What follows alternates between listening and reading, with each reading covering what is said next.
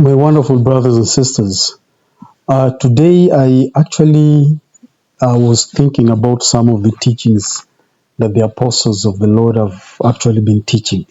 And one thing I ended up realizing that the Lord is so particular on mothers. He is so particular on mothers. The Lord really appreciates our mothers because of the responsibilities and the duties that He had actually foreordained them to actually do. And mothers are very special. Mothers are very, very special in our lives and in our societies.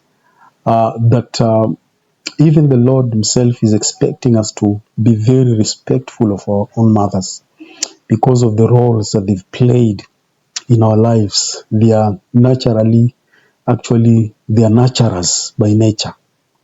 Because to me, I remember the first lessons I learned them from my mother. She was always there to teach me of what I need to do as a young kid. I remember the first, as I can remember, when taking a shower.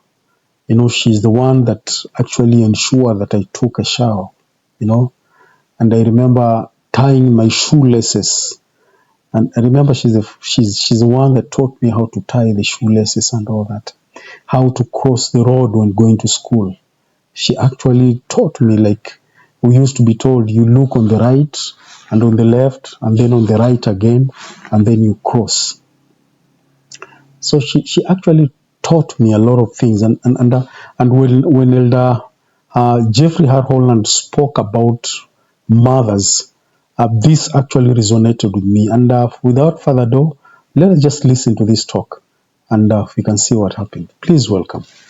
There are some lines attributed to Victor Hugo which read, "She broke the bread into 2 fragments and gave them to her children, who ate with eagerness. She hath kept none for herself, grumbled the sergeant. Because she's not hungry, said a soldier.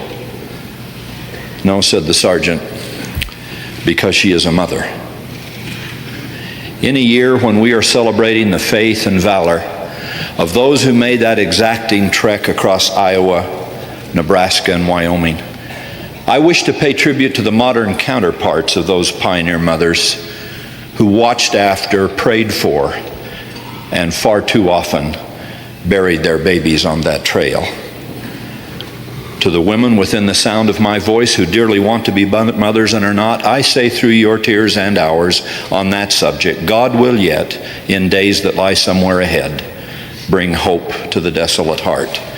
As prophets have repeatedly taught from this pulpit, ultimately no blessing will be withheld from the faithful, even if those blessings do not come immediately.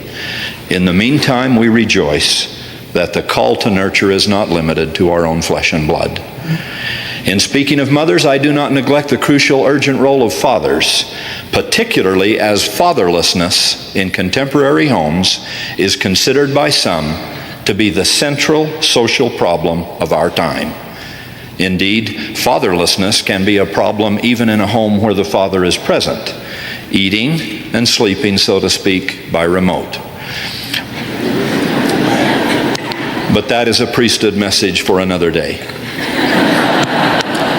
Today, I wish to praise those motherly hands that have rocked the infant's cradle, and through the righteousness taught to their children there, are at the very center of the Lord's purposes for us in mortality. In so speaking, I echo Paul, who wrote in praise of Timothy's unfeigned faith, which dwelt first, he said, in thy grandmother Lois and in thy mother Eunice. From the days when thou wert a child, Paul said, thou hast known the Holy Scriptures. We give thanks for all the mothers and grandmothers from whom such truths have been learned at such early ages. In speaking of mothers generally, I especially wish to praise and encourage young mothers. The work of a mother is hard, too often unheralded work. The young years are often those when either husband or wife or both may still be in school, or in those earliest and leanest stages of developing the husband's breadwinning capacities. Finances fluctuate daily between low and non-existent. The apartment is usually decorated in one of two smart designs, Deseret Industries Provincial or Early Mother Hubbard. The car, if there is one, runs on smooth tires and an empty tank. But with night feedings and night teethings, often the greatest challenge of all for a young mother is simply fatigue. Through these years, mothers go longer on less sleep and give more to others with less personal renewal for themselves than any other group I know at any other time in life. It is not surprising when the shadows under their eyes sometimes vaguely resemble the state of Rhode Island. Of course, the irony is that this is often the sister we want to call or need to call to service in the ward and stake auxiliaries. That's understandable. Who wouldn't want the exemplary influence of these young Loises and Eunices in the making? Everyone be wise. Remember that families are the highest priority of all, especially in those formative years. Even so, young mothers will still find magnificent ways to serve faithfully in the church, even as others serve and strengthen them and their families in like manner. Do the best you can through these years, but whatever else you do, cherish that role that is so uniquely yours and for which heaven itself sends angels to watch over you and your little ones. Husbands, especially husbands, as well as church leaders and friends in every direction, be helpful and sensitive and wise. Remember, to everything there is a season and a time, to every purpose under heaven. Mothers, we acknowledge and esteem your faith in every footstep. Please know that it is worth it, then, now, and forever. And if for whatever reason you are making this courageous effort alone, without your husband at your side, then our prayers will be all the greater for you, and our determination to lend a helping hand even more resolute. One young mother wrote to me recently that her anxiety tended to come on three fronts. One was that whenever she heard talks on LDS motherhood, she worried because she felt she didn't measure up, or somehow wasn't going to be able to be equal to the task. Secondly, she felt like the world expected her to teach her children reading, writing, interior design, Latin, calculus, and the internet, all before the baby said something terribly ordinary like goo, goo.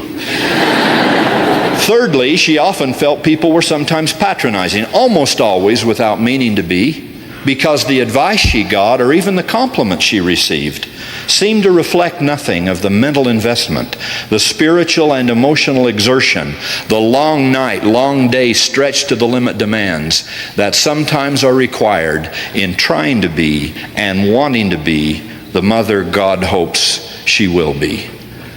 But one thing she said keeps her going. I quote, "Through the thick and the thin of this, and through the occasional tears of it all, I know deep down inside I am doing God's work. I know that my motherhood is an eternal partnership with Him. I am deeply moved," she said, "that God finds His ultimate purpose and meaning in being a parent, even if some of His children make Him weep. It is this realization," she says, "that I try to recall on those inevitably difficult days when all of this can be a bit overwhelming. Maybe it is precisely our inability and anxiousness that urge us to reach out to Him and enhance His ability to reach back to us. Maybe He secretly hopes we will be anxious," she said, "and will plead for His help. Then, I believe, He can teach these children directly through us, but with no resistance offered." I like that idea, she concludes. It gives me hope. If I can be right before my Father in heaven, perhaps His guidance to our children can be absolutely unimpeded. Maybe then it can be His work and His glory in a very literal sense, close quote. In light of that kind of expression, it is clear that some of those Rhode Island-sized shadows come not just from diapers and carpooling, but from at least a few sleepless nights spent searching the soul, seeking earnestly for the capacity to raise these children to be what God wants them to be. Moved by that kind of devotion and determination, may I say to mothers collectively, in the name of the Lord, you are magnificent. You are doing terrifically well. The very fact that you've been given such a responsibility is everlasting evidence of the trust your Father in heaven has in you. He knows that your giving birth to a child does not immediately propel you into the circle of the omniscient. If you and your husband will strive to love God and live the gospel yourselves, if you'll plead for that guidance and comfort of the Holy Spirit promised to the faithful, if you'll go to the temple to both make and claim the promises of the most sacred covenants a woman or man can make in this world, if you'll show others, including your children, the same caring, compassionate, forgiving heart you want heaven to show you, if you try your best to be the best parent you can be, you will have done all that a human being can do and all that God expects you to do. Sometimes the decision of a child or a grandchild will break your heart. Sometimes expectations won't immediately be met. Every mother and father worries about that. Even that beloved and wonderfully successful parent, President Joseph F. Smith, pled, "Oh God, let me not lose my own." That is every parent's cry. And in it is something of every parent's fear. But no one has failed who keeps trying and keeps praying. You have every right to receive encouragement and to know in the end your children will call your name blessed, just like those generations of foremothers before you who hoped your same hopes and felt your same fears. Yours is the grand tradition of Eve, the mother of all the human family, the one who understood that she and Adam had to fall in order that men and women might be and that there would be joy. Yours is the grand tradition of Sarah and Rebekah and Rachel, without whom there could not have been those magnificent patriarchal promises to Abraham, Isaac, and Jacob, which bless us all. Yours is the grand tradition of Lois and Eunice and the mothers of the 2,000 stripling warriors. Yours is the grand tradition of Mary, chosen and foreordained from before this world was to conceive, carry, and bear the Son of God Himself. We thank all of you, including our own mothers, and tell you there is nothing more important in this world than participating so directly in the work and glory of God in bringing to pass the mortality and earthly life of His daughters and sons, so that immortality and eternal life can come in those celestial realms on high. When you've come to the Lord in meekness and lowliness of heart, and as one mother said, pounded on the doors of heaven to ask for, to plead for, to demand guidance and wisdom and help for this wondrous task, that door is open to you to provide you the influence and the help of all eternity. Claim the promises of the Savior of the world. Ask for the healing balm of the atonement for whatever may be troubling you or your children. Know that in faith things will be made right in spite of you, or more correctly, because of you. You can't possibly do this alone, but you do have help. The Master of heaven and earth is there to bless you. He who resolutely goes after the lost sheep sweeps thoroughly to find the lost coin, waits everlastingly for the return of the prodigal son. Yours is the work of salvation, and therefore you will be magnified, compensated, made more than you are, better than you've ever been, as you try to make honest effort, however feeble you may sometimes feel that to be. Remember,